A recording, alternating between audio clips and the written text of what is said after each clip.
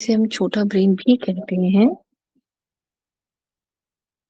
यह ब्रेन जो कार्य करता है, उस ब्रेन के लिए, उस ब्रेन में जो हम कहते हैं कि रेस्पिरेटरी सेंटर है, इस तरह से चीजों को संभालता है, ये सारी चीजों को हम उसके अंदर इंक्लूड करते हैं, राइट। और फिर हमने एक टॉपिक पढ़ा या हमने एक इमेज पढ़ी जिसके अंदर लिखा था मेडुला ऑब्लोंगेटा इसको कंट्रोल करता है, जो सेरिबेलम के फंक्शंस हमने बताए earlier, like quite years, many years back, or couple of years back, or maybe decade back, ये माना जाता था कि मेडुला ऑब्लोंगेटा के रूल्स को इतना डिफाइन नहीं करा गया था। तब उस टाइम पे माना जाता था कि सेरिबेलम ही ये सब कुछ करता है, पहली बात ये, ठीक है। लेकिन जो रिसर्चेस हुई, बाद में पता चला कि नहीं, मेडुला ऑब्लोंगेटा इस कार्य को संभालता है, पर सेरिबेलम इन कार्यों को देखता जरूर है। और जब आपातकालीन सिचुएशंस आती हैं तब इसका हिस्सा या इसका रोल उभर कर सामने आता है। तो अगर ये कहें कि सेरिबेलम का कोई रोल नहीं है तो ये बिल्कुल गलत है। एक नॉर्मल कंडीशन में मेडुला ऑब्लोंगेटा प्रधान रहता है, और जैसे ही सिचुएशन जरा सी भी इधर से उधर होती है, सेरिबेलम वहां पे काउंटरएक्ट करता है, यानी कि उस सिचुएशन को संभालता है। ठीक है, अभी क्लियर? जो कल का एक कहीं ना कहीं क्वेश्चन रह गया था, ये कंफ्यूजन रह गई थी जब मैंने लास्ट पे हम पढ़ रहे थे इसको। अभी क्लियर है सभी को?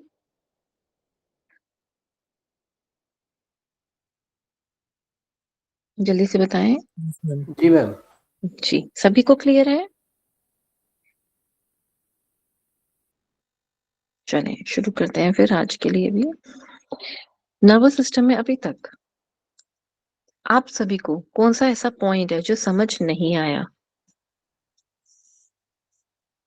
या लगा कि ये तो अभी नहीं क्लियर हो रहा है और मुझे इसमें थोड़ा पढ़ना चाहिए, या जैसे भी, या मुझे इस पे कोई भी किसी भी प्रकार का कोई भी क्वेश्चन पूछना है? सॉरी, बताइए, किसी को भी कोई भी किसी भी प्रकार का क्वेश्चन है माइंड में? इसका मतलब नर्वस सिस्टम सबको समझ आ रहा है? पूछ लूं कोई भी क्वेश्चन? पूछ लेती हूँ आज तो। आज तो सब कह रहे हैं कि उनको आता है। मैम अभी नर्वस सिस्टम में ज्यादा तो आगे चले ही नहीं, तो फिर कैसे करेंगे, है ना? इतने क्वेश्चंस क्या पूछेंगे इसके अंदर? हाँ, अभी चलिए ज्यादा बताइए। कुछ हुआ ही नहीं है नर्वस सिस्टम में। मैंने अभी तक आपको इतना बेस से इतना गहराई से समझाने की कोशिश करी लेमन लैंग्वेज में। Yes. In general nervous system सिर्फ 1 से 2 क्लासेस के अंदर खत्म कर दिया जाता है, पर उसके अंदर समझ आने वाली चीजें इतनी सारी हैं कि अगर धीरे धीरे उसकी परत बाय परत नहीं खोल के समझाया जाएगा, टाइम नहीं दिया जाएगा, तो ये नहीं समझ आएगा। और ये देखा जाए, पूरे सिस्टम्स में सबसे ज्यादा महत्वपूर्ण तरीके से समझा जाने वाला चैप्टर है या कहीं सिस्टम है। और इसके अंदर बहुत सारी ऐसी छोटी छोटी बारीकियां हैं जो नहीं समझाई जाती, जो मुझे लगता है कि समझाना बहुत जरूरी है, क्योंकि यही आपका आधार है इसके अंदर। जी मैम, ये बहुत इंटरेस्टिंग चैप्टर भी है वैसे। जी, ओके। और क्योंकि ये ना एक ऐसा चैप्टर भी है जिसके अंदर ना आप योग को, जो प्राणायाम हम करते हैं, जिसके हम प्रैक्टिस करते हैं, वो जा कहाँ रहा है, ईड़ा पिंगला क्या काम कर रहे हैं, कहाँ जा रहा है, किस तरफ जा रहा है, कैसा होगा ये, कौन सा, जो हम कहते हैं ना कि रेगुलेटेड बाय ब्रेन। हर चीज में कोई भी सिस्टम है उसमें लास्ट में कहते हैं रेगुलेटेड बाय ब्रेन। तो रेगुलेटेड बाय ब्रेन नहीं, regulated some part of the brain, और some parts of the brain होता है। ठीक है, तो वो लेकिन कौन सा पार्ट है? अगर हम सर्वाइकल के कुछ पॉइंट्स को दबाएंगे तो उसमें ब्रीदिंग में आपको बहुत आराम आएगा। थोड़ा सा ऊपर जाएंगे, अगर स्कल की तरफ जाएंगे, तो किसी का सर दर्द है आई साइड की वजह से है, या जनरल सर दर्द भी अगर हो रहा है, सर्वाइकल के कुछ पॉइंट्स दबाएंगे पीछे बैक पे, तो उसमें बड़ा आराम आता है। क्यों होता है ऐसा? क्यों फ्रोजन जो शोल्डर हो जाता है उसके अंदर सर्वाइकल के कुछ पॉइंट्स दबाए जाते हैं? तो ये चीजें तो योग में ज्यादा यूज होती है ना। मॉडर्न साइंस तो इन सब चीजों को इतना नहीं यूज करता। वो तो नहीं कहेगा जाके मैडम, ओ सर, आप जाके अपने कुछ पॉइंट्स दबा लीजिए। वो आपको ये पॉइंट्स नहीं बताएंगे। होता है ऐसा? वो कहते हैं आपको ऐसा कुछ, ये मेडिसिन लिख के दे देते हैं?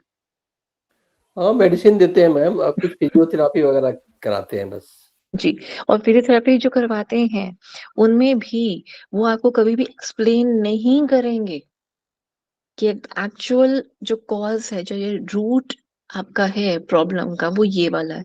वो आपको सिर्फ बताएंगे यहाँ से यहाँ दर्द हो रही है, ये दर्द हो रही है, हम ऐसा करेंगे, ये ठीक हो जाएगा, आपने इतने दिन में आके या इतने गैप में आके आपने फिजियोथेरेपी के इतने सेशन लेने हैं। कभी डीपली एक्सप्लेन करता है कोई? अब ऐसे कोई एक ऊपरी सुपरफिशियल में भी एक्सप्लेन एक्सप्लेन तो करता है कोई? बिल्कुल ही नहीं करता है, ये तो बात सही है। नहीं करता। तो यही नर्वस सिस्टम की खूबी है कि आपकी बहुत सारी चीजें यहीं से क्योर हो जाती हैं। कमर दर्द, सर्वाइकल का पेन, पैर में दर्द, वो पैर की उंगलियों में क्यों दर्द है, उसको भी समझा जाता है। ठीक है। इसी में ही एक पार्ट ऐसा है जो ईयर का आएगा, जब मैं आपको ईयर की बात, जब ईयर बढ़ा रही होंगी उसके अंदर भी एक पार्ट आएगा जहां पिन्ना से, यानी कि ऑरिकुलोथेरेपी बोलते हैं उसको, पिन्ना से भी उस कैसे उस चीजों को ट्रीट करा जाता है। हालांकि वो पढ़ाने का कोई टॉपिक नहीं है, बस I just give you a hint कि ये भी कुछ होता है। जैसे हम एक्यूपंक्चर या एक्यूप्रेशर पढ़ते हैं, पंचर नहीं प्रेशर पढ़ते हैं, जिसमें हम नर्व एंडिंग्स को यूज करते हैं, अपनी पैर की उंगलियों और हाथों की उंगलियों को यूज करते हैं नर्व एंडिंग्स को। Why the nerve endings? In nerve ending में जितने भी हमारे स्पाइनल नर्व्स हैं, वो कहाँ आके एंड हो रही है? हमारे पैर की उंगलियों में या फिर हाथ की उंगलियों में। पर ये बात आपको समझ कब आई कि स्पाइनल नर्व्स हैं वो? और स्पाइनल नर्व में किसी भी प्रकार का कोई दर्द या कोई उत्तेजना या किसी प्रकार का प्रेशर देने से ब्रेन में सिग्नल जाता है और वो उस प्रकार का कार्य करता है।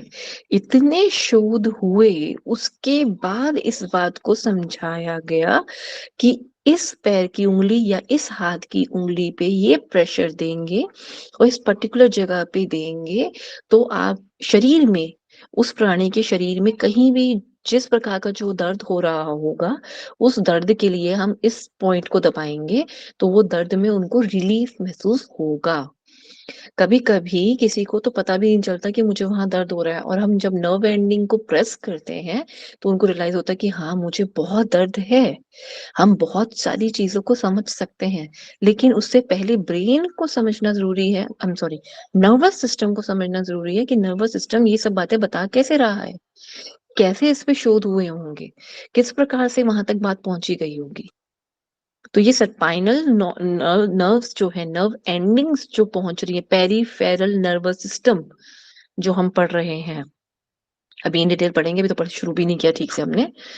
तो जो नर्वस सिस्टम का जो हमने डिवीजन करा, जिसपे हमारा अभी बात भी हुई थी लास्ट क्लास में कि दो डिवीजन है या तीन डिवीजन है सेंट्रल सॉरी नर्वस सिस्टम की। तो हमने कहा था दो डिवीजन है, एक सेंट्रल है एक पेरिफेरल है। पेरिफेरल के अंदर आती है आपकी नर्व एंडिंग्स, वो वाली जिसके अंदर हर प्रकार जितने भी नर्व एंडिंग्स हैं उसके अंदर उसको पढ़ा जाता है। इनफैक्ट जब इन नर्व एंडिंग्स को आप ठीक से थोड़ा सा भी इसके बारे में जानकारी ले लेंगे ना, तो आपको एक्यूपंक्चर, एक्यूप्रेशर, योग के जितने भी हमारे मुद्राएं हैं, स्पेशली हम एम्फेसाइज ऑन मुद्राएं जितनी भी हैं वो समझ आने लगेंगी। जो तत्व हमारे हाथ में है वो आपको समझ आने लगेंगे कि पांच तत्वों को अपने हमारे हाथों में इसी उंगली से ही क्यों डिफाइन करा गया, ये भी धीरे धीरे समझ आना लगेगा। प्राण विद्याएं जो हैं, स्वर विद्या जो है, वो समझ आने लगेगा नर्वस सिस्टम से। So nervous system very very very important, ये आपका रूट है। हालांकि बहुत कम पढ़ाया जा रहा है, बहुत कम। आपके नोट्स में भी बहुत कुछ नहीं है, पर फिर भी जितना है अभी के लिए तो पर्याप्त है, उसे तो लो। ठीक है। चले, आज बहुत ज्ञान हो गया इस चीज का, लेक्चर वाला। नहीं मैम, आपने बहुत कुछ आपने बताया है। ऐसा कुछ नहीं, ज्ञान तो लेना ही है। ज्ञान जी। लेना है। नहीं, वो जो बताया है ना वो बड़ा ही बेसिक है। अभी तो आप समझे कि सिर्फ एक परिभाषा ही कहें या सिर्फ एक रूप मात्र में ही मैंने इसको को समझाने की प्रयास करा है कि कैसी चीजें होती हैं। ठीक है। अभी तो हमने सिर्फ डिविजन्स पढ़े हैं, इस प्रकार से चीजों को समझाया अभी हमने। ठीक है। चले, कोई नहीं, अब आगे बढ़ते हैं। कल हमने ये सब पढ़ लिया था और कि फ्रंटल लोब होता है, पैराइटल लोब, ऑसिपिटल, टेम्पोरल, ये नहीं पढ़ा, लोब्स नहीं पढ़ाए मैंने। कल मैंने यहाँ से पढ़ाना है सेरिबेलम से, ठीक है। अभी मैंने क्लियर कर दिया था सेरिबेलम और पेंडुला ऑब्लोंगेटा का डिफरेंस मैंने क्लियर कर दिया, कैसे कैसे उसके अंदर वो सब चीजें काम करती हैं, ठीक है। रेस्पिरेटरी सिस्टम वगैरह का सब कुछ, हार्ट बीट का कैसे वो कंट्रोल होता है, आपातकालीन में वो सिचुएशन में कैसे आता है। वो एक हब है, उसके अंदर हमेशा उसका एक रोल रहता ही रहता है। और जो मेजर नॉर्मल डेज में अगर हम कहें, नॉर्मल कार्य करते हुए अगर हम कहेंगे, सोते हुए अगर हम कहेंगे, तो मेडुला ऑब्लोंगेटा वर्किंग में होता है। लेकिन अगर नींद में अगर कोई सो रहा है और उसमें उसने कोई भयानक सपना देख लिया और उसमें वो हड़बड़ाहट में कुछ करेगा, मतलब होता है ना, सांस तेज हो जाती है, हाथ पांव हिलने लग जाते हैं या चीख निकलने लगती है, कुछ इस तरह से होने लगता है ना। अगर किसी को कोई डरावना सपना आया है तो उसके कंट्रोल में तो नहीं है बॉडी, तो लेकिन एक्ट करेगी जो सपना में वो देख रही है।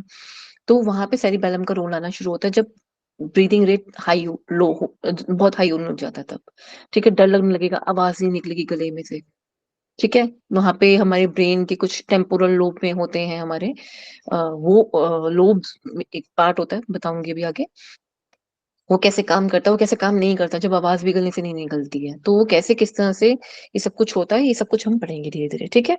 हालांकि ये बहुत स्टोरी फॉर्म में चल रहा है सब कुछ, पर ये स्टोरी फॉर्म भी जो हम हमारी है, इसको मैं एक बार बार बोलूंगी, स्टोरी फॉर्म जरूर है, पर टेक्निकल लैंग्वेज में जब आप नोट्स को पढ़ोगे तब आपको समझ आएगा कि स्टोरी फॉर्म कितनी इंपॉर्टेंट थी, ठीक है।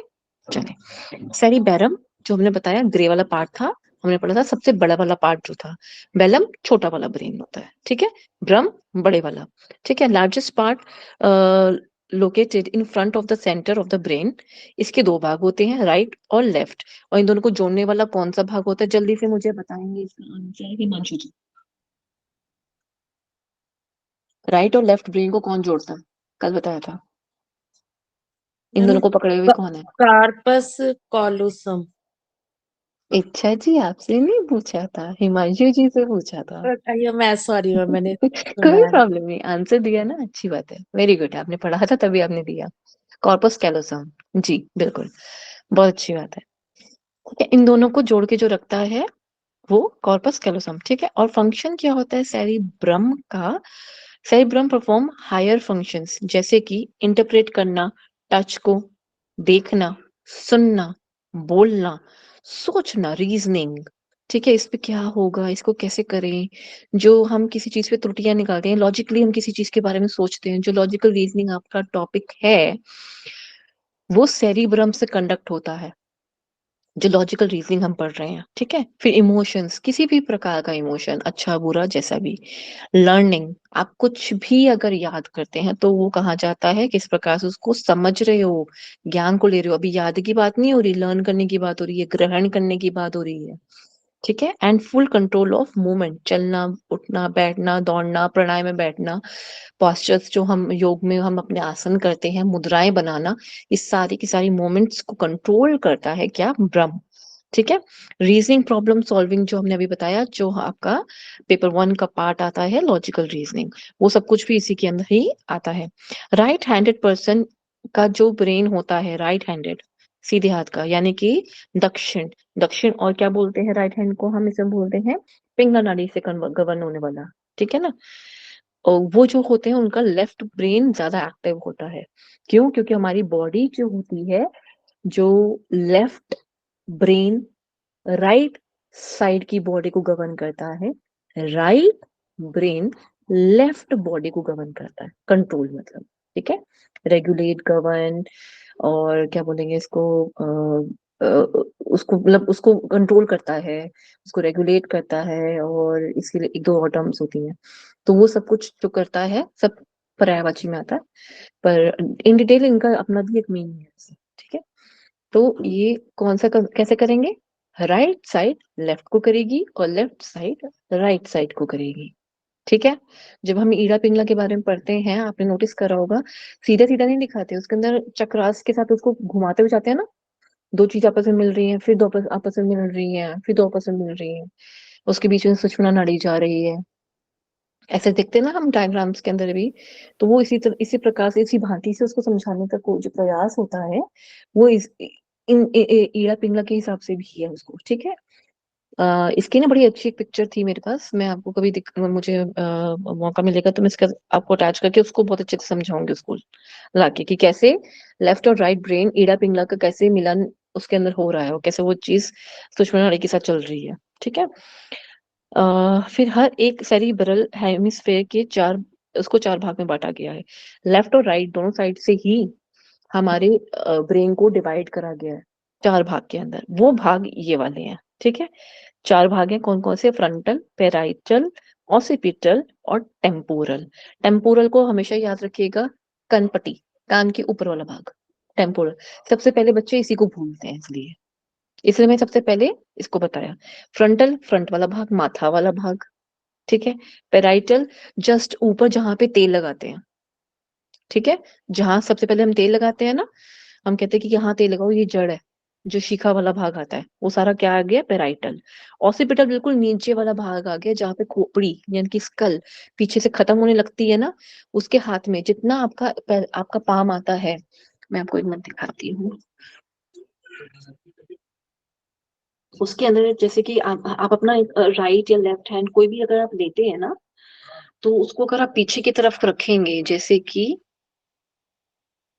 हाँ जी, दिख रहा है। ठीक है। ये जैसे ये आपने हाथ लिया, ये पाम लिया, इसको पीछे रखेंगे ना अपनी गर्दन से ऊपर वाली जगह पे, जहाँ पे हड्डी, ये यहाँ पे हड्डी खत्म हो रही होती है, शुरू हो रही होती है, आप समझे? ये वाली जो हड्डी होती है, यहाँ से इसको हम पाम वाला साइज अपना जितना हाथ रखेंगे ना, उतना ऑसिपिटल होता है। ऑसिपिटल कितना होता है? ऑसिपिटल वाला भाग इतना वाला भाग होता है। ठीक है। जितना भी भाग यहाँ पे आएगा। ठीक है। खोपड़ी से, किसी की भी खोपड़ी पे, उस खोपड़ी का जो पीछे वाला भाग है, अधो भाग जिसे कह सकते हैं, फिर जो ये ग्रीन वाला भाग जिसे हम दिखा रहे हैं ना, ये ग्रीन वाला भाग कितना होगा? उस इंसान की खुद की पाम का साइज, मतलब इतना ऐसे रखेंगे ना, उसका जो इतना साइज होगा ना, वो ऑसिपिटल लोब होता है। ठीक है। फिर फिर तो चार लोब्स जो होते हैं, चार लोब्स के बीच में तीन विदर यानी कि खांच, यानी कि वो जो हम गायराई और सलकाई मैंने आपको बताया था, वो होते हैं, और जो इन चार भागों को जोड़ती भी है। ठीक है। Central sulcus, ma'am Pareto. Temporal रह गया ना, हाँ जी, टेम्पोरल कान कंठपट्टी वाला। कान कान, ये वाला भाग, ओके ओके ओके। ये दोनों साइड पे temporal one, sorry, temporal right side का, टेम्पोरल लेफ्ट साइड का, ऐसे आ गया। फ्रंटल ये हो गया माथा, और ये पेराइटल हो गया जहाँ तेल लगाते हैं, ये वाला भाग, यहाँ पे तेल लगाते हैं ना। ठीक जी है जी समझ जी। गया मैं। और जैसे ही पेराइटल खत्म होता है, उसके भाग पे जैसे पाम साइज का ये आ गया ऑसिपिटल। ठीक है। और यही ऑसिपिटल पे ही जितना भी आप देखते हैं विजन वाला काम जो होता है, सारा पीछे की तरफ ऑसिपिटल पे जाता है। ठीक है। इसकी हर एक की ही अपनी लोब की ना अपनी अपनी फंक्शनिंग भी होती है, उसको भी समझेंगे। ठीक है। समझना मीन्स कि आपको याद करना हो, उसमें समझने वाला तो कुछ ऐसा नहीं है, वो तो पढ़ के हमें एक बारी में ही समझ आ जाता है कि क्या लिखा है, तो वो याद करना है।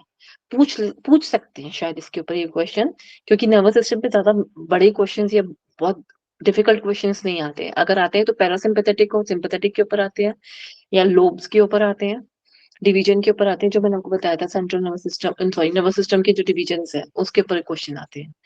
ठीक है ना। फिर आता है जो सर्कल्स है, सर्कल्स हो गया डेप्थ, और गायराई हो गया। ठीक है। I am sorry. फिर आता है पार्ट और पैराइटो, ऑसिपिटल सर्कस और लेटरल सर्कस। ये सर्कल्स आपको वैसे याद नहीं करने हैं, पर ये नाम दिए हुए हैं यहाँ पर, एक बार इनको देख लीजिएगा, वैसे ये याद करने वाली चीज नहीं है। पेराइटल और ऑसिपिटल के बीच का जो सर्कस है, यानी कि जो उसके बीच का जो एक कीर है, जो उसको अलग कर रहा है कहीं ना कहीं, जो गड्ढा है मतलब, वो उसको कहते हैं पेरिटो ऑसिपिटल सर्कस, सेकंड वाला। सेंट्रल सर्कस, बिल्कुल सेंट्रल वाला भाग जो होता है हमारा। ठीक है। लेटरल सर्कस जो पीछे वाला भाग में आता है, पीछे पीछे की तरफ। ठीक है। इनको डिवाइड करते हुए, हम्म, इसमें दे नहीं रखा इतना अच्छा कि आपकी सर्कस भी इसके अंदर समझ आ जाए।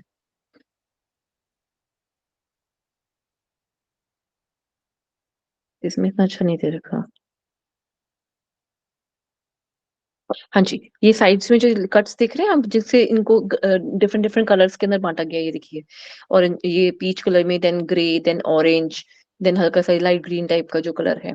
इनमें जो बांटा गया है ना, आप ये देख रहे हैं, इन इन इन, इन सर्कल्स के ऊपर ये नाम रखे गए हैं। पीछे वाला भाग जो ऐसा हो गया डिवाइड करने वाला पेरिटो ऑसिपिटल सर्कल्स हो गया। सेंट्रल वाला बीच वाला भाग को जो डिवाइड कर रहा है, ऑरेंज और ग्रे वाले भाग को डिवाइड कर रहा है वो टेम्पोरल साइड पे वो वाला आ गया लास्ट, क्या नाम था उसका, लेटरल सर्कस। ठीक है, चलिए एक बार इसको देख लेते हैं ये क्या क्या कहना चाह रहे हैं। फ्रंटल लोब जो होता है यानी कि अग्र भाग जो है, माथा वाला भाग जो है, it is a centre of knowledge. तभी यहाँ पे हमेशा टीकाकरण करा जाता है। किसी को कहते हैं कि किसी किसी के बारे में जानना हो तो उसका माथा देखा जाता है सबसे पहले, बच्चों के अंदर भी दिखते हैं ना। सेंटर ऑफ नॉलेज है, क्रिएटिविटी है, रीजनिंग है, जजमेंट है, आइडियाज है, लॉजिक है, ड्रीम्स है, सपने। ठीक है, इसमें ब्रोकास एरिया होता है, लेक्चर्स दे हुए यह एक्टिव रहता है। जो ब्रोकास एरिया होता है वो फ्रंटल लोब में ब्रोकास एरिया क्या कार्य करता है, ब्रोकास और मैं नाम भूल गई, वर्नेक्स नहीं, नहीं डब्ल्यू से होता है,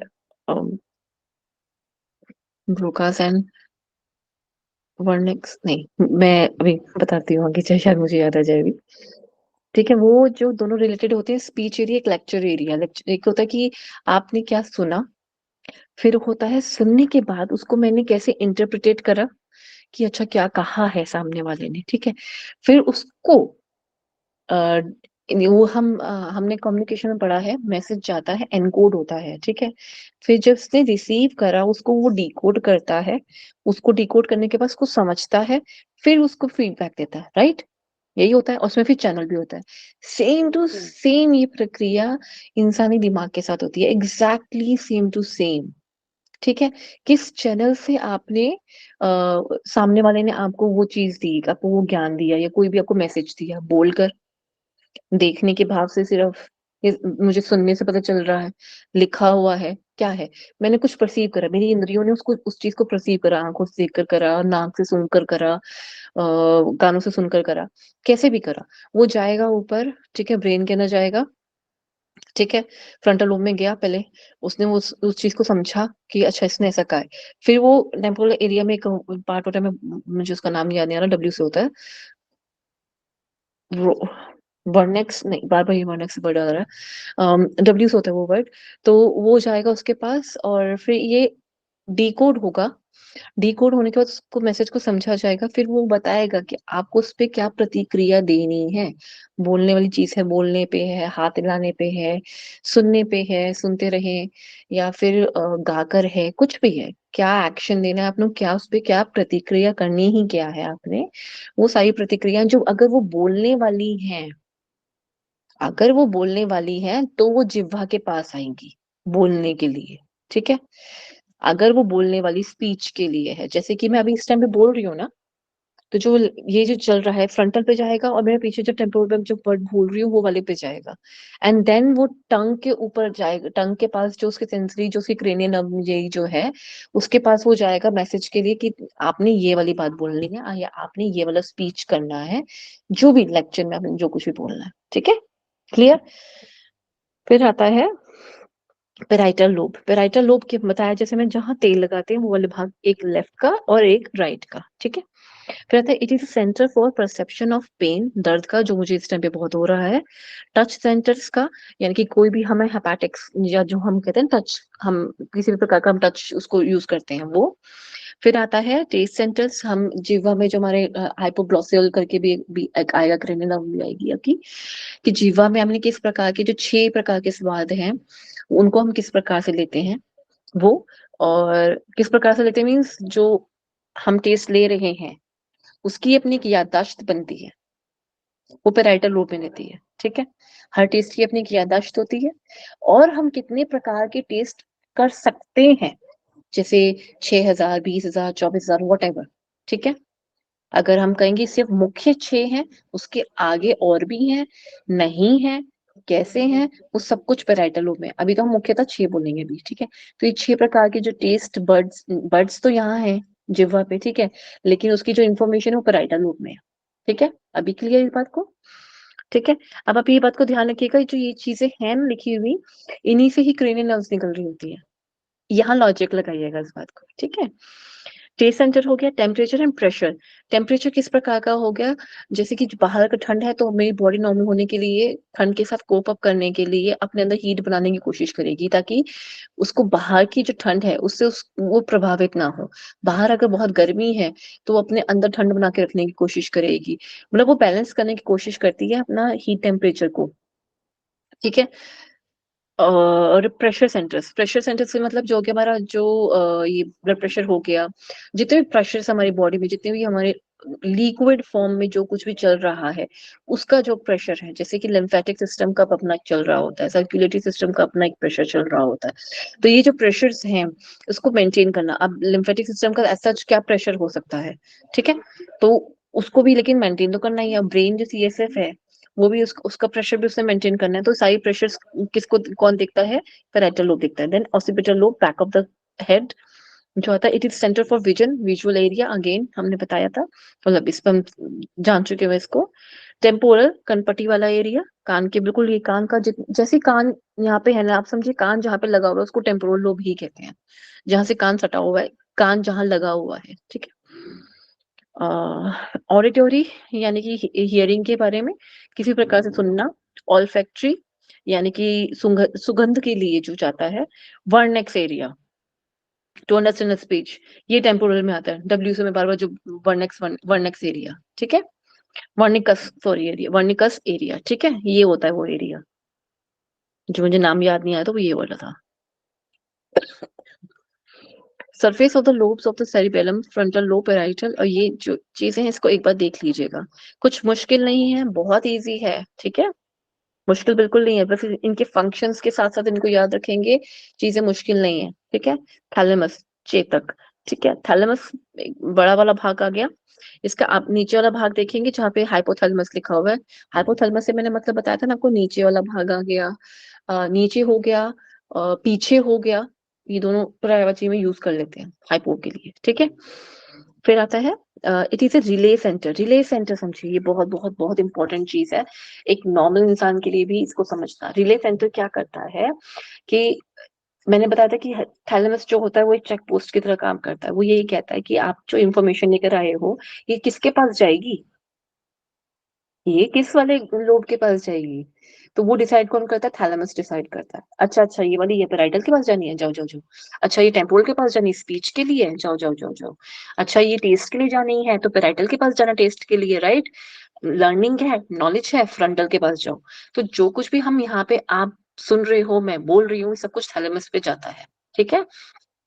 मैं अगर हमने कोई टच है, कोई गर्मी है, सर्दी है, कुछ भी है, ये पहले ही जाएगा थैलेमस पे, उस परसीव करेगा, पर थैलेमस से फिर जाएगा ऊपर हमारे बाकी के जो जो लोब्स हैं। तो वहां ना एक इसको कहते हैं रिले, यानी कि फैला देना ऐसे उस इंफॉर्मेशन को उस एरिया में, ठीक है। क्योंकि पर्टिकुलरली तो वहां से किसी उस लोब में जो एरिया है उसी को वो जवाब देगा, लेकिन अगर उसे कोई भी एसोसिएटेड इंफॉर्मेशन, कोई मेमोरी अगर स्टोर है, तो वो पूरे के पूरे ब्रेन में वो मेमोरी हमारी वहां पे वाकिफ या कहें कि उत्तेजित हो जाएगी। वो बताएगी कि ये चीज ऐसी दिखती है, जैसे कि किसी चीज के बोलते ही हमें उसकी पिक्चर नजर आ जाती है तो हॉस्पिटल हमें उसमें याद दिलाएगा। ये किसकी वजह से हो रहा है, रिले सेंटर की वजह से हो रहा है, सब कुछ, ठीक है। एसोसिएशन एरिया जो मैंने आपको बताया भी था ना, एक लेयर होती है पूरे ब्रेन के ऊपर, समझ लीजिए ऐसे, ठीक है, ऐसे एग्जैक्टली नहीं होता पर समझने के तौर पे समझिए कि वहां पर एक लेयर होती है जो पूरे पूरे ब्रेन के ऊपर होती है और एसोसिएशन एरिया का काम करती है। ऐसे रिले सेंटर भी यही काम करती है, ठीक है। रिले सेंटर किसी भी चीज को ऐसे, इंफॉर्मेशन को ऐसे छोड़ देना, ठीक है। वो वहां पे जाके फटाफट से अपना कार्य करती है कि हाँ मुझे ये वाला मेरे को अभी देखने को मिला, या मुझे गुलाब जामुन दिखा है, तो गुलाब जामुन से जिसको जो जो बातें याद हो रही होंगी वो भी आपको फटाफट आपके सामने फ्लैश कर देगी, ठीक है। अब आप देखिए, गुलाब जामुन से बात थी, ठीक है, अगर आपको कोई बात याद आई तो क्या वो आपकी आंखों के आगे आ रही है, नहीं, कोई चीज आपके सामने हो नहीं रही, लेकिन आप उस चीज को देखें कि आप वो दिन या वो वक्त आप जैसे कजन्स ने मिलकर खाया होगा गुलाब जामुन, आपने बहुत हंसी मजाक किया। मैं गुलाब जामुन का एग्जाम्पल ले रही हूँ यहाँ पे, ठीक है। वो शादी का माहौल था, सब इकट्ठे थे, उसने उसकी टांग खींची, उसने इसको ऐसा कुछ कुछ भी अच्छा सा वो सीन आपकी आंखों के आगे तुरंत आ जाता है। वास्तविकता में आप कहीं और हैं, लेकिन आपको दिखता या आपको याद आता वो कुछ और माहौल है। और बिल्कुल एग्जैक्टली वैसा याद आ जाता है। जिसकी याद जितनी ज्यादा अच्छी होती है हम उस पर बात करेंगे, हम समझेंगे बहुत अच्छे से याद आता है। बिल्कुल क्लियर कट याद आ गया किसने क्या कपड़े पहने थे, कलर्स भी याद आ गए, बैकग्राउंड का कलर भी पूरा अच्छे से याद है, सब कुछ याद आ गया अच्छे से। एक छोटी सी चीज में अगर हम डिटेल निकालें, कपड़े भी हैं, टेस्ट भी है, लोग भी हैं, कलर्स भी हैं, किसने क्या कहा था वो याददाश्त भी है, लर्न नॉलेज में भी अगर किसी ने कोई लॉजिक वाली बात बताई थी वो मुझे वो वाली बात भी याद है। तो आप देखिए कि पूरा ब्रेन कैसे आपस में इकट्ठे होकर काम कर रहा है। समझ रहे हैं आप यहाँ पे पॉइंट मेरा? हॉस्पिटल ने भी आपको पूरी याददाश्त, जो देखने वाली जितना भी जो आपने देखा था अपनी इस इंद्रियों से, जो देखने वाली जो चीज थी वो कैसे आपकी आंखों के सामने आ गई। हालांकि वो किसी और को दिख नहीं सकती, आपको भी नहीं दिख रही, पर आपके अभी जहन में ही है वो चीज, पर आपको वो चीज आपकी आंखों के आगे आ रही है। वो आवरण बार बार आ रहा है। यही संस्कारों का आवरण होता है, जिसकी वजह से हम अपने योग में, अपने जो हमारे इच्छाएं हैं, जो टेम्पटेशंस हैं, या कहें जो हमारे पूर्व जनित संस्कार हैं, या हमारे इस जन्म के जो संस्कार हैं, हमें आगे बढ़ने नहीं देते। ये वो रिलेशन सेंटर से बात रिलेट करी जाती है, समझी जाती है। क्या ये पॉइंट क्लियर हुआ सबको? पतंजलि योग सूत्र में हम बार बार संस्कारों के ऊपर बात करते हैं, श्रीमद् भगवद गीता में हम संस्कारों पे बात करते हैं, लेकिन पतंजलि योग सूत्र में जब हम संस्कारों की बात करते हैं तो उसमें हम ये कहते हैं कि आपकी कुछ आदतें ऐसी हैं या कुछ ऐसे पूर्वजन्य संस्कार हैं जो एज अ मेमोरी, जो स्मृति की तरह, स्मृति की भांति हमारे ब्रेन में है। क्या ये बात आपको समझ आ रही है कि कुछ चीजें जो आपने अभी तक देखी भी नहीं, सुनी भी नहीं, लेकिन फिर भी आपके सामने एक फ्लैश की तरह आ जाती है, या आप वैसा कार्य करने लगते हैं, आपको पता भी नहीं था उस चीज में रिएक्ट कैसे करते हैं, आप कभी आए नहीं उस सिचुएशन में, फिर भी आप वैसा रिएक्ट या वैसा एक्ट कैसे कर पा रहे हो? ये पूर्वजन्य संस्कार जो है वो एज अ रिले सेंटर की तरह वहां पे काम करता है, कि जिसको जो जो पता है अपनी इंफॉर्मेशन ले आओ। ठीक है। एक ने जैसे मान लीजिए इंफॉर्मेशन आई, ठीक है, किसी भी कहीं की भी थी, सूंघने की, देखने की, सुनने की, बोलने की थी, वो इन्फॉर्मेशन आई ज्ञान इंद्रिय से, ठीक है। वो आई, उसने हाइपोथैलेमस पे कहा कि ये इन्फॉर्मेशन है, ये मैंने इंद्रियों से कुछ ग्रहण करा है मैंने, और या टच, कुछ भी, ठीक है, वो ग्रहण करा है। वो ग्रहण करते ही थैलेमस पे आया, थैलेमस ने जिस पर्टिकुलर एरिया को उसको समझ था, उसने उस एरिया पे या उस लोब में जाके उस इंफॉर्मेशन को छोड़ दिया। अब उससे रिलेटेड, उससे जनित जितने भी संस्कार या स्मृतियां आपकी वहां थी, वो उजागर हुई, और उससे आपका एक मोटर न्यूरॉन ने, या मोटर, जो हमने पढ़ा था मोटर रिफ्लेक्स ने आपको वहां से बताया कि आपको क्या करना चाहिए। आपको चुप रहना चाहिए, काम करना चाहिए, जाना चाहिए, रोना चाहिए, हंसना चाहिए, बोलना चाहिए, खाना खाना चाहिए, नहीं करना चाहिए। क्या ये पॉइंट क्लियर है या नहीं है? ये बहुत इंपॉर्टेंट है आपके आगे मेडिटेशन के लिए, साधनाओं के लिए, ये इंपॉर्टेंट पॉइंट है। मुझे हाँ या ना बताइए please. Yes yes ma'am. Ma'am, ये सारा यस काम मैम। ये थालमस का है ना? जी, हाइपोथैलेमस का ही काम है, हाइपोथैलेमस स्टार्टिंग है उसकी, लेकिन बाकी का काम जो कर रहे हैं वो लोब्स कर रहे हैं। ठीक है। जी मैम। लोब्स तक बात पहुंचाने का काम जो है ना, उसको कहते हैं रिले। आम भाषा में अगर हम समझे, लोब्स तक बात को पहुंचाने का काम जो है वो रिले कर रहा है, मतलब थैलेमस जो कर रहा है उसको हम रिले बोलते हैं, इसलिए इसको रिले सेंटर बोलते हैं। ठीक है।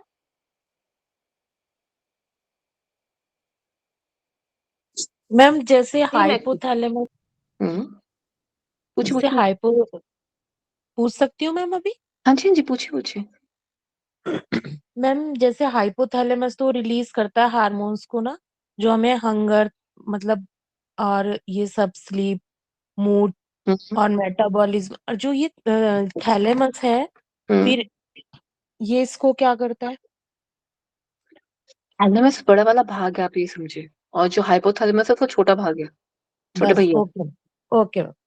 नीचे वाला भाग का है, छोटा वाला भैया बोले इसको, ठीक है। ओके। हाइपोथैलेमस का काम सिर्फ बताना होता है, अच्छा अच्छा अच्छा, जाओ जाओ, ये वाला हार्मोन रिलीज करो, गो, ठीक है। थैलेमस का काम क्या होता है, पहले इंफॉर्मेशन लेकर आता है, वो बोलता है लोब्स में जाके इंफॉर्मेशन को दे देता है। फिर जब इंफॉर्मेशन मिलती है तो अगर कोई हार्मोन रिलीज करना है, चाहे वो दुख का हो, सुख का हो, सोने का हो, जागने का, उठने का हो, भूख का हो, डाइजेशन का हो, कुछ भी किसी प्रकार का भी अगर उसको हार्मोन स्ट्रेस में है, डिप्रेशन में है, किसी भी प्रकार का हार्मोन उसको रिलीज करना है तो हाइपोथैलेमस पे इंफॉर्मेशन थैलेमस पहुंचाता है जाकर। ये जो रिले सेंटर इसने करा, थैलेमस ने रिले करा ना अपनी ओके मैम। इंफॉर्मेशन को लोब्स में, तो वो कहते हैं कि हाइपोथैलेमस के पास जाके ये वाला ना फटाफट से ये करवाना है, हम इस तरह से फील कर रहे हैं, तो इसको ये वाली फीलिंग आ रही है, या इसको ये दर्द हो रहा है, या इसकी डिप्रेस फील कर रहा है, तो हाइपोथैलेमस कहेगा फटाफट से किडनी को, ठीक है। किडनी के ऊपर कौन सा एड्रीनल ग्लैंड होता है, वो कहता है स्ट्रेस के लिए एंटी स्ट्रेस हार्मोन रिलीज करो फटाफट से, ये स्ट्रेस में है, किडनी पे बुरा असर नहीं होना चाहिए। जब कोई इंसान बहुत लंबे टाइम तक स्ट्रेस में होता है या डिप्रेशन में होता है तो उसकी किडनी पे ही असर पड़ता है। कई बार सुनने को मिला होगा आपको ये बात कि किडनी खराब हो जाएगी, ज्यादा मत स्ट्रेस लो। कई लोग बोलते हैं, ऐसे क्लियरली बोलते हैं, और ये बात सुनी होगी शायद, इट्स वेरी कॉमन, ठीक है। अभी क्लियर है? Yes ma'am. Okay good. चले, ये इंपॉर्टेंट था, मैं इसलिए रुकी यहाँ पर, ठीक है। ये बहुत इंपॉर्टेंट है आगे के लिए। योग में जो साधनाएं हम करते हैं, जो हम योग को आप समझ रहे हैं, पतंजलि योग सूत्र में जो हम पढ़ते हैं, उपनिषद में जब हम पढ़ते हैं, तो ये, और योग वशिष्ठ में, योग संहिता में जो हम पढ़ेंगे, वो यहाँ पढ़ चुके हैं अगर आप, तो उसमें जो ये बातें कही जा रही है वो यहीं से रिलेट हो रही है। जितने भी आपके चक्रास में लास्ट में आगे चक्र की अगर हम बात करते हैं, साधनाओं की बात करते हैं, मन और इंद्रियों को रोकने की बात करते हैं, वो यही है सब कुछ, ठीक है। चलिए, इट रेगुलेट्स द, sorry, ये लाइन लगी, it receives all sensory impulses from all the parts of the body and send them to the cerebral cortex। अब cerebral cortex नाम की क्या चीज है, ये ऊपर का आवरण है सेरिब्रम का, ठीक है। उसके उसके कॉर्टेक्स का मतलब उसके ऊपर की क्लियर है, ठीक है। Except smell. स्मेल क्यों? स्मेल एक अकेला लौता ऐसा है जो थैलेमस के पास कोई इंफॉर्मेशन नहीं देता, इसकी अपनी एक प्रधानता है, इसलिए प्राण सबसे ऊपर माने गए हैं। राइट डाउन दिस, ये आपकी अपनी समझ के लिए, एग्जाम में नहीं आएगा। ये जरूर आ सकता है कि हाँ एक्सेप्ट द स्मेल वाली बात आ सकती है, लेकिन प्राण क्यों सबसे सर्वप्रथम, या कहें कि प्राणों को गुरु क्यों कहा गया है, या प्राण को इतना बड़ा क्यों माना गया है, प्राणों क्या बोलते हैं उसको, प्राणवायु को क्यों इतना इम्पोर्टेंस दी जाती है, तो यहाँ से आप उस चीज को और समझ सकते हैं, ठीक है। इसकी अपनी एक प्रधानता चल रही होती है स्मेल की, ठीक है। ये नहीं जाता हाइपोथैलेमस के पास, सॉरी थैलेमस के पास, ये नहीं जाता। थैलेमस इसका कोई रिले विले नहीं करता, कुछ नहीं करता, ठीक है। सूंघने वाली बात को ये उसको नहीं करता, सूंघने वाला अपना अपना ही प्रधानता में चल रहा होता है, मैंने ये सूंघा, मुझे ये करना है, मुझे वो करना है, वो अपना काम कर रहा होता है। थैलेमस का उसमें रोल नहीं आता, ठीक है। ऑल्फैक्टरी लोब्स का उसके अंदर कोई रोल नहीं आता। It regulates the level of consciousness. Regulate करने का मतलब क्या हुआ कि हम कितने कॉन्शियस है, सतर्क होके पढ़ो, ये उस चीज को संभालता है कौन? थैलेमस। इसलिए कहते हैं ध्यान जब लगाते हैं बिल्कुल सीधे होके बैठो। सीधे होके बैठने से क्या होता है, ये सेंटर जो होता है हमारा बिल्कुल नॉर्मल होना शुरू हो जाता है, मेरी आंखों की दृष्टि जो होती है वो बिल्कुल ठीक होनी शुरू हो जाती है, सेंटर में रहती है। स्पाइनल कॉर्ड भी स्ट्रेट होती है, वो भी अपना कार्य कर रही है, ब्रेन भी बिल्कुल सीधा बैठा होगा, इधर उधर उसका कोई ज्यादा झुकाव नहीं आ रहा, ठीक है। और फिर कॉन्शियसनेस को बढ़ाने के लिए फिर जो भी मैं ब्रीद इन ब्रीद आउट कर रही हूँ, प्राण वायु की जो मैं ले रही हूँ, छोड़ रही हूँ, इससे जो ऑक्सीजन का, जो अभी ऑक्सीजन हम जब रेस्पिरेटरी पढ़ेंगे ना, उससे उससे भी आपको क्लियर हो जाएगा, क्योंकि अभी हाँ उस चीज को समझाऊंगी जरूर पहले, ठीक है। ऑक्सीजन आई, ऑक्सीजन पूरे ब्रेन में जाएगी ना, आप समझिए कि ऑक्सीजन आ गई है, ठीक है। मैंने ब्रीद इन अच्छा कर रही हूँ, ब्रीद आउट अच्छा कर रही हूँ। आपने नोटिस करा होगा इस चीज को भी कि जब आप ऐसे अटेंटिव होके बगैर जब हम बैठ जाते हैं तो क्या होता है, हमारा ब्रीद इन और ब्रीद आउट भी ना गहरा हो जाता है, कभी भी ना स्पीड पे नहीं रहता, ठीक है। और जब हम इसको बहुत आराम से, बहुत धैर्य के साथ कर रहे होते हैं, आपकी समझ बढ़ती है, आपकी सोचने की, सुनने की और लेने की, ज्ञान लेने की समझ भी बढ़ती है। आप कभी भी नोटिस करेंगे, अगर आपको कोई चीज सुननी होती है, अगर कान लगा के सुननी होती है, किसी और की बात सुननी हो या कोई लेक्चर में कोई बात सुननी हो, तो हम ऐसे करते हैं, हम खास करके कान आगे ले आते हैं। फिर हमें अब सुनना तो मुझे पूरा अच्छे से मुझे समझना भी, फिर मैं देखूंगी भी सामने वाले को। तो हम क्या करते हैं, हम एक पोजीशन में आके ऐसे एक हो जाएंगे, बिल्कुल सीधी हो जाते हैं एक पोजीशन में। हम एक ही पोजीशन में हो जाते, चाहे हमारा कान इस तरफ ज्यादा हो जाता है कि हमें मुझे सुनना है, तो मैं अपना राइट ईयर ही हम जनरली आगे रखते हैं। जनरली क्यों रखते हैं, आपने घिरन संहिता में भी पढ़ा होगा। तो राइट ईयर हम आगे रखते हैं, फिर उसको सुनने की कोशिश करते हैं, फिर देखते भी आगे से वो क्या कह रहे हैं, किस तरह से वो अपने बॉडी पोस्चर या अपने मुद्राओं को वो साथ साथ में हेल्प, उसकी हेल्प से हम समझा रहे हैं। हम उनको देखते रहते हैं। हम इतने इतने ध्यान से उस चीज को करते हैं कि हम अपनी ब्रीदिंग रेट को इतना स्लो कर लेते हैं। हम एक भी शब्द मिस नहीं करना चाहते, इसलिए हम अपनी ब्रीदिंग रेट को बहुत स्लो कर लेते हैं। नोटिस किया कि आप लोगों ने कभी इस बात को,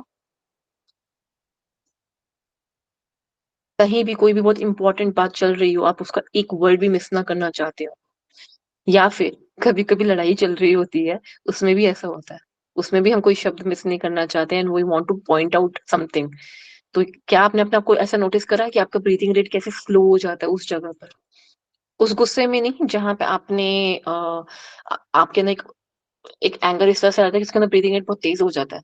पर लेकिन उसमें भी उसमें तेज तब रहता है जब आपके अंदर एक जवाब चल रहा है।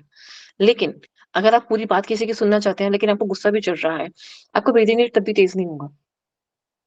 अगर आप और योग करते हैं, काम डाउन, मतलब कामनेस को आप प्रैक्टिस करते हैं, तो आपको गुस्सा बिल्कुल नहीं आएगा, आपका ब्रीदिंग रेट तब भी स्लो ही रहेगा, आप सामने वाली बात को पूरा सुनेंगे, फिर जिस पॉइंट पे आपको जवाब देना है आप वही पॉइंट उठा के बात करेंगे। जैसे कहते हैं 100 सोनार की एक लोहार की, बिल्कुल वैसा होता है। ये होता है regulate the level of consciousness, this is what the consciousness is all about, ठीक है। फिर आता है manage motor and cognitive functions. Motor means वही चीज समझ के आगे जवाब देना, डिकोड करके फीडबैक देना, ठीक है। कॉग्निटिव फंक्शन से मीन्स इंटेलिजेंस वाली जो बातें होती हैं, दिमाग की जितनी बातें होती हैं, सारा कुछ, ठीक है। मोटर फंक्शंस हो गया, वॉकिंग, रनिंग, सब कुछ इसके अंदर आ गया। एंड देन कॉग्निटिव फंक्शंस में आ गया थिंकिंग, सोचना, इंटेलिजेंस, स्किल्स, जैसा भी मैंने बताया, ठीक है। ये खत्म हुआ। हाइपोथैलेमस, हाइपोथैलेमस के अंदर क्या आता है, just below the thalamus, thalamus के जस्ट बिल्कुल नीचे होता है ये। Hypothalamus is the master of the master gland, यानी कि पिट्यूटरी ग्लैंड अपने में मास्टर ग्लैंड है, ये उसका भी गुरु है, ठीक है। मुझे कोई वो वाला सूत्र बताएगा जो ईश्वर के ऊपर है, गुरु काले नाल बच्चे दांत वाला, कौन सुना देगा, किसी को नहीं आता। मैम वो है पूर्वेशामपि गुरु कालेनान वच्छेदात। इसका मीनिंग क्या है? मैम वो गुरुओं का भी गुरु है, और वो एग्जैक्टली exactly. और बोलो बोलो। मैम वो और वो मतलब कोई किसी भी काल में नष्ट नहीं होता। Exactly exactly. बिल्कुल ठीक कहा आपने, ये वही चीज है, ठीक है। हाइपोथैलेमस गुरु क्या हो गया हमारा, पिट्यूटरी, उसका भी गुरु है हाइपोथैलेमस, ठीक है। अभी क्लियर। ये बहुत बड़ा ग्लैंड, इसमें जब हम वो करते हैं ना, जब भी ध्यान की प्रक्रियाएं करते हैं, जब हम बहुत deep breathe in deep breathe out करते हैं, तो जो ऑक्सीजन का लेवल होता है, एंटी ग्रेविटी हमें जाना होता है। मुझे अपने ब्रेन पे जो हमारी सर्कुलेशन है, ब्लड की सर्कुलेशन है, एंटी ग्रेविटी जा रही है। एंटी ग्रेविटी के मतलब किसी चीज की विपरीत, ठीक है। एंटी ग्रेविटी मेरी ब्लड सर्कुलेशन ऊपर की तरफ जा रही है, क्योंकि ग्रेविटी तो नीचे की तरफ खींचती है ना, तो ऊपर भी जाएगी। अब ऊपर भी जा रही है, प्रेशर भी सॉरी, तो ऊपर भी जाएगी, ऊपर जाएगी, और उसके अंदर जो ऑक्सीजन है वो पूरे ब्रेन में जाएगा, अच्छे से जाएगा। जब भी हम deep breathe in deep exhale करते हैं, तो वक्त मिलता है ब्लड ब्लड को भी, या कहें कि वक्त मिलता है ऑक्सीजन का जो ट्रांसफर होता है, और कार्बन डाइऑक्साइड का जो निकलना होता है, उसको वक्त मिल जाता है ये सब कुछ करने का। अदरवाइज जितना आप इनहेल करते हो ऑक्सीजन, फॉर एग्जाम्पल इसका भी एक नंबर है, जितना आपने ऑक्सीजन इनहेल करा, जितने लीटर आपने ऑक्सीजन इनहेल करा, फॉर एग्जाम्पल आपने करा 5 लीटर, मैं एग्जाम्पल दे रही हूँ, उसका सिर्फ 2% ही ले पाते हो, जिस स्पीड से हम अभी ब्रीद इन ब्रीद आउट करते हैं। सिर्फ मैं दो भी मैंने ज्यादा बताया, सिर्फ इतना ही करते हैं। लेकिन जब हम गहरी श्वास लेते और छोड़ते हैं तो ये 2 से बढ़कर 4 की तरफ चला जाता है। 5 तो नहीं खैर पहुंच पाता, पर 5 बहुत प्रैक्टिस के बाद पहुंचता है। ठीक है, जितना ऑक्सीजन एयर में है उसको पूरा अच्छे से ले पाना। सोचिए वैसे ही प्रदूषण इतना ज्यादा है, ऊपर से आप उसके अंदर जो ऑक्सीजन है उसको भी ठीक से अपनी बॉडी के अंदर नहीं ले रहे, तो वो जो ऑक्सीजन जब ब्रेन में नहीं पहुंचेगी, क्योंकि ये फूड है, किसका फूड है, पूरी बॉडी का फूड है ऑक्सीजन। एयर के माध्यम में पूरी बॉडी का ये ऑक्सीजन हमारा एक फूड है, एक महत्वपूर्ण हिस्सा है, जिसकी वजह से बहुत सारे कार्य हमारे होते हैं जो रुक भी जाते हैं, जो होते भी नहीं है। जब हम ऐसा करते हैं ना, तो एक तो आदान प्रदान हुआ लंग्स के अंदर। ठीक, इसके बाद क्या होता है, जब हम बाह्य कुंभक करते हैं और आंतरिक कुंभक लगाते हैं, क्या इसका पता है कि ये कहाँ काम करता है? एक काम करता है हमारे मूलाधार चक्र पे, एक काम करता है हमारे मेडुला ऑब्लोंगेटा पे। क्या पता है ये बात? कभी सुना, कभी पढ़ा? No ma'am. नहीं ना, ये काम करता है जब हम बाह्य कुंभक करते हैं, आंतरिक कुंभक करते हैं। मैं इसके अंदर एक बार आपको इसकी पिक्चर के साथ आपको बता दूंगी एक बार। अभी अभी वो टॉपिक नहीं आया, तो वो रेस्पिरेटरी सिस्टम में आएगा, तब मैं बताऊंगी इसके अंदर कि कैसे हमारा बाह्य और आंतरिक कुंभक से हमारा ये जो दोनों एरिया से कैसे काम करते हैं। जब डीप ब्रीथ इन डीप ब्रीथ आउट करते हैं तभी तो कुंभक लगवाते हैं। सिर्फ कुंभक का सिर्फ एक ये रोल नहीं होता कि ऑक्सीजन का आदान प्रदान हो, वो पूरी बॉडी में ब्लड सर्कुलेशन जो हमारी है ना, ये जो संचालन है, जो ब्लड सर्कुलेशन, बाहरी सर्कुलेशन होता है, 2 तरीके के सर्कुलेशन होते हैं, एक लंग्स का और हार्ट का। एक होता है, दूसरा जो होता है, एक हो गया लंग्स और हार्ट का, ठीक है। दूसरा होता है हार्ट से पूरी बॉडी का, ठीक है। तो लंग्स और हार्ट के बीच में तो हो गया। जब हम गहरा श्वास लेते हैं, गहरा श्वास छोड़ते हैं, इसके अंदर तो मेरा फर्स्ट वाला आ गया, उसका रोल आता है। लेकिन जब हम कुंभक लगाते हैं ना, तो उससे क्या होता है, जो मेरा बाहरी वाला है जो है, जिसमें हार्ट से पूरी ब्लड मेरा पूरी बॉडी में जा रहा है, उससे काफी महत्व, वो हमारा ज्यादा एक्टिव होता है। वो ज्यादा हमारा एक्टिव होता है, जिसकी वजह से हमारी बहुत सारी बीमारियां दूर होती है, जिसकी वजह से कण कण में हमारा ब्लड का जो संचार है, जो ऑक्सीजन पहुंचना चाहिए, वो कण कण तक पहुंच पाता है। इसलिए रोम रोम खिलता है योग के अंदर। अभी क्लियर हुआ जो बोला? Yes ma'am. ठीक है, गुड। ठीक है, हाँ, ये हो गया मास्टर। पिट्यूटरी ग्लैंड हाइपोथैलेमस के मध्य भाग से जुड़ी हुई होती है। पिट्यूटरी ग्लैंड जो नीचे दिख रहा है, इसमें नहीं है, कहाँ था? एक पिक्चर थी उसके अंदर था पिट्यूटरी ग्लैंड, इसमें भी नहीं, आगे शायद हो। पिट्यूटरी ग्लैंड इसी के नीचे ही होता है, ठीक है। पिट्यूटरी ग्लैंड भी ना सॉरी, इसमें नहीं है, काफी कुछ नहीं है इनमें, ठीक है।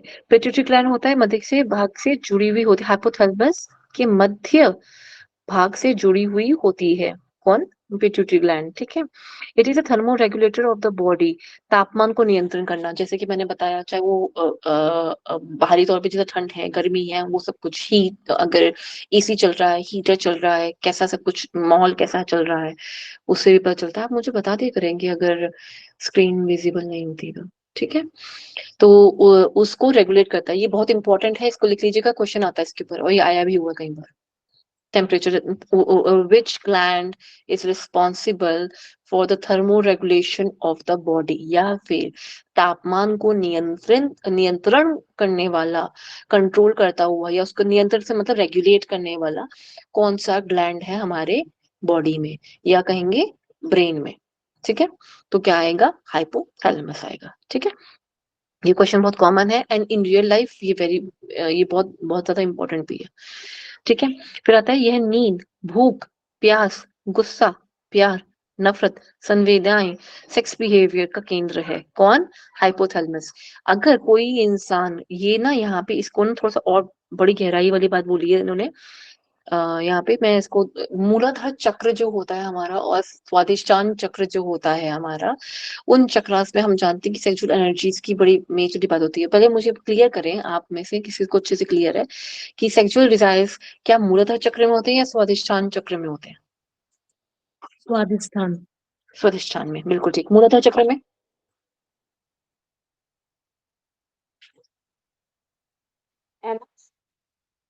जी मूलाधार चक्र में मैम एनस होती है ना? जी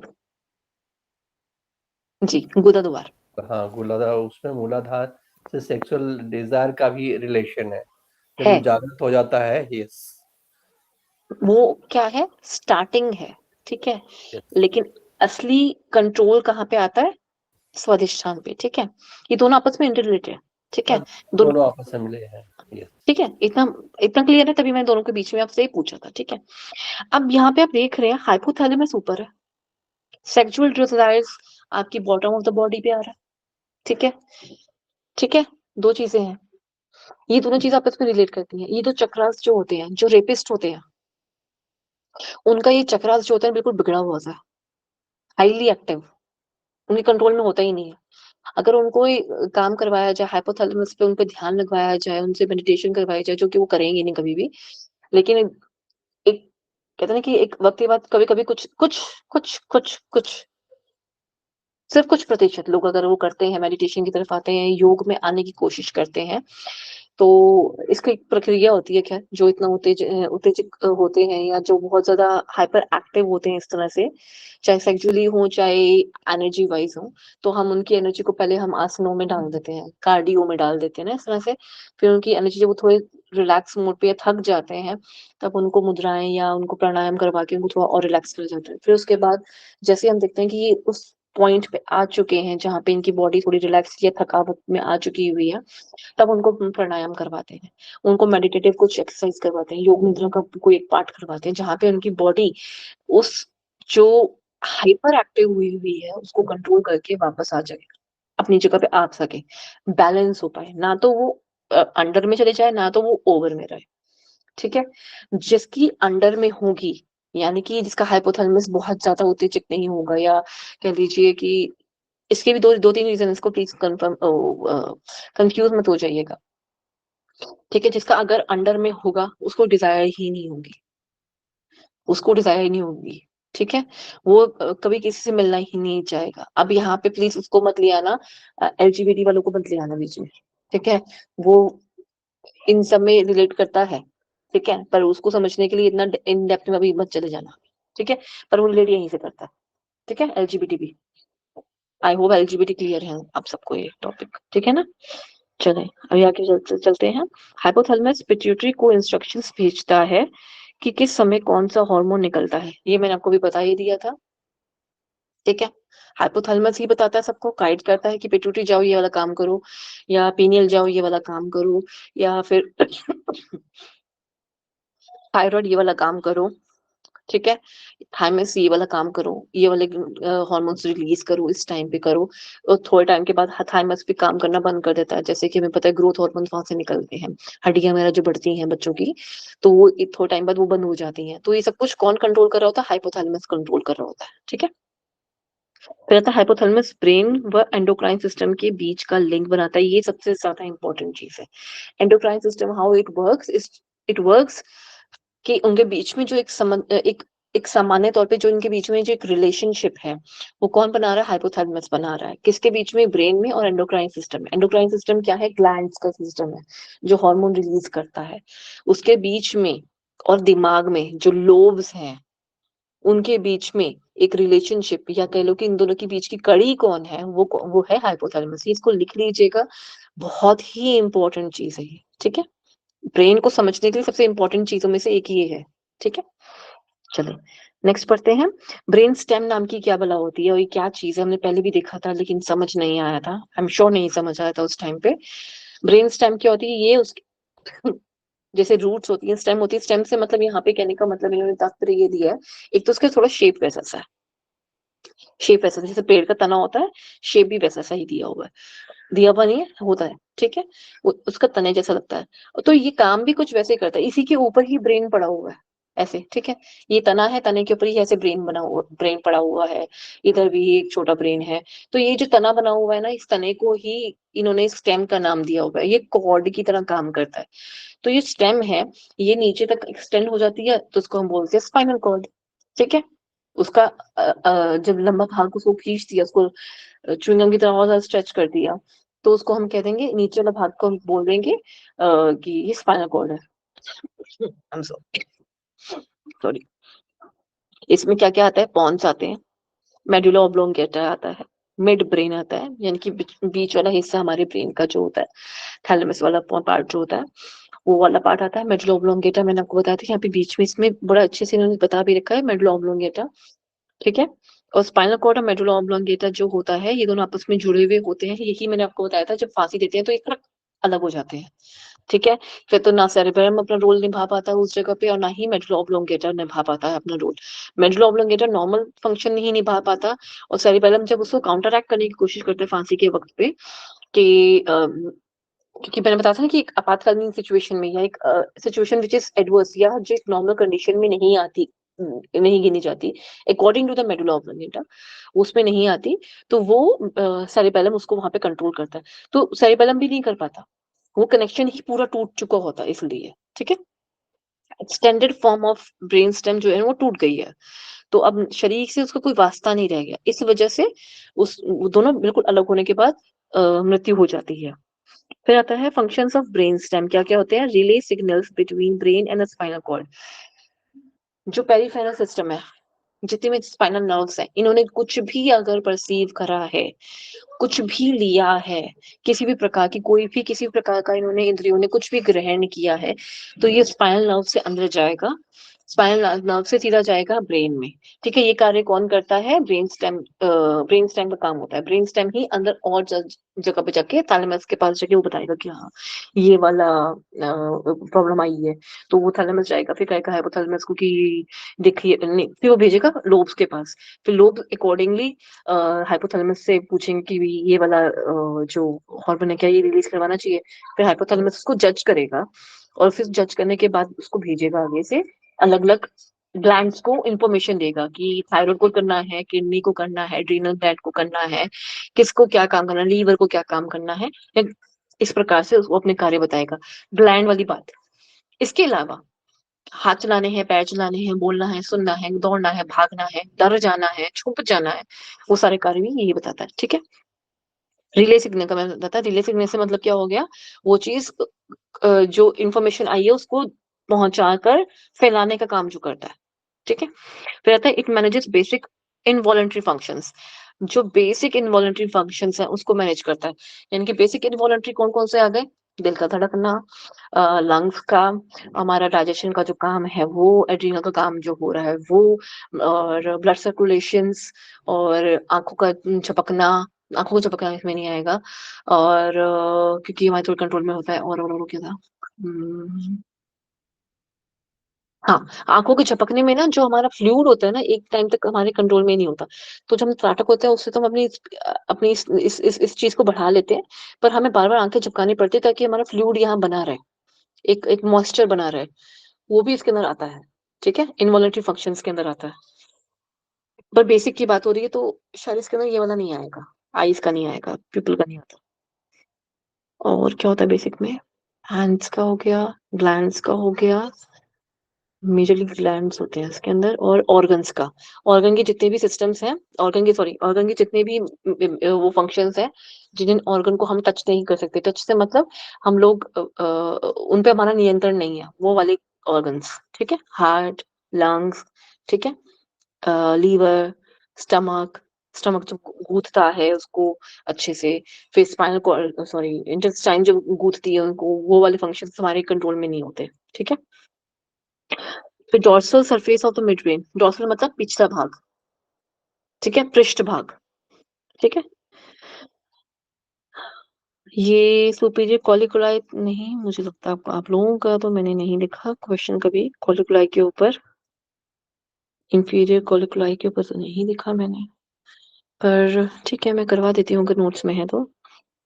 जो मिड ब्रेन होता है, जो मध्य मस्तिष्क होता है, जो फोर ब्रेन होता है ऑफ, यह फोर ब्रेन के हाइपोथैलेमस व हाइंड ब्रेन, यानी कि पीछे वाला भाग, और आगे वाला जो हमारा ब्रेन होता है, के पॉन्स के बीच में स्थित होता है, यानी कि फोर ब्रेन के हाइपोथैलेमस, आगे वाला भाग हाइपोथैलेमस के, व हिंड ब्रेन के पॉन्स के बीच में, पॉन्स वाला भाग जो होता है उसके बीच में ये स्थित होता है, कौन? Mid brain.